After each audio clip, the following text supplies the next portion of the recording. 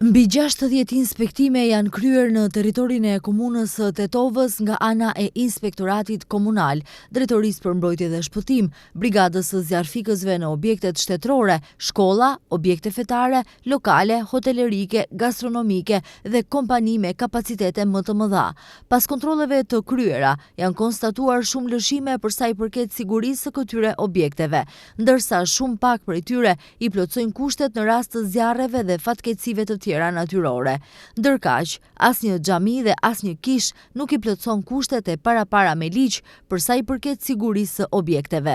Nga kontrollet të cilët janë bërë, në objektet shtetërore janë kryer 22 kontrolle. Objektet të cilat i plotësojnë të gjitha kushtet janë vetëm gjykata themelore Tetovë dhe Spitali Klinik i Tetovës. Nga kontrollet në shkolla janë kryer domethënë 24 kontrolla, ku përfshin shkollat të mesme, qerdhe dhe universitete. Nga të gjitha këto objekte, të cilat vetëm i plotësojnë kushtet janë shkolla e mesme Nikola Shtejn, shkolla Besa Reqice Vogël, Qerdhja Rinia, shkolla ndërkombëtare Marif, shkolla e mesme Gjoçe Stojqeski dhe Universiteti Evropës Juglindore. Po ashtu janë kryer kontrolle edhe në objektet fetare.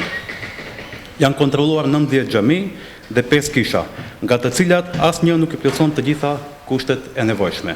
Krahas kësaj, një hotel dhe një objekt gastronomik i plotëson kushtet e sigurisë.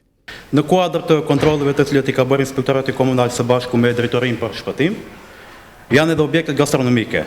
Janë kontrolluar gjithsej 29, prej të cilave vetëm restorant Ema i plotëson të gjitha kushtet e nevojshme. Inspektimet e mëhershme që i kemi realizuar janë edhe restorantet dhe kompani, nga të cilat janë inspektuar 20 prej tyre.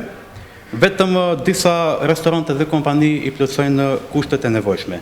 Nga hotelet, i vetmi hotel është Hotel Merkur, që i plotëson të gjitha kushtet. Të gjitha hotelet tjera kanë mangësi, ndonjë duke mos pasur plan evakuimi, kështu me radhë. Pas kontrolleve, institucioneve shtetërore dhe objekteve të tjera, nga ana e inspektorëve është dhënë udhëzim që në afat prej 10 ditësh t'i plotësojnë kushtet, respektivisht të vendosin aparate kundër zjarrit, të hartojnë plan evakuimi dhe të kenë dalje shtesë në raste urgjente.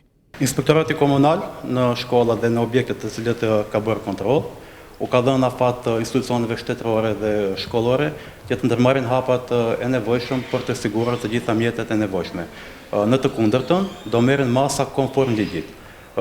Besoj se nga dita e martë, inspektorati do dalë në terren për të parë nëse janë zbatuar udhëresat të cilat duheshin të kryhen. Përndryshe, kontrollet nëpër objektet publike, shkolla, objekte fetare, lokale, hotelerike, gastronomike dhe kështu me radhë, pasuan pas zjarrit në një diskotek në Koçan, ku jetën e humbën 59 persona, vetëm natën e parë.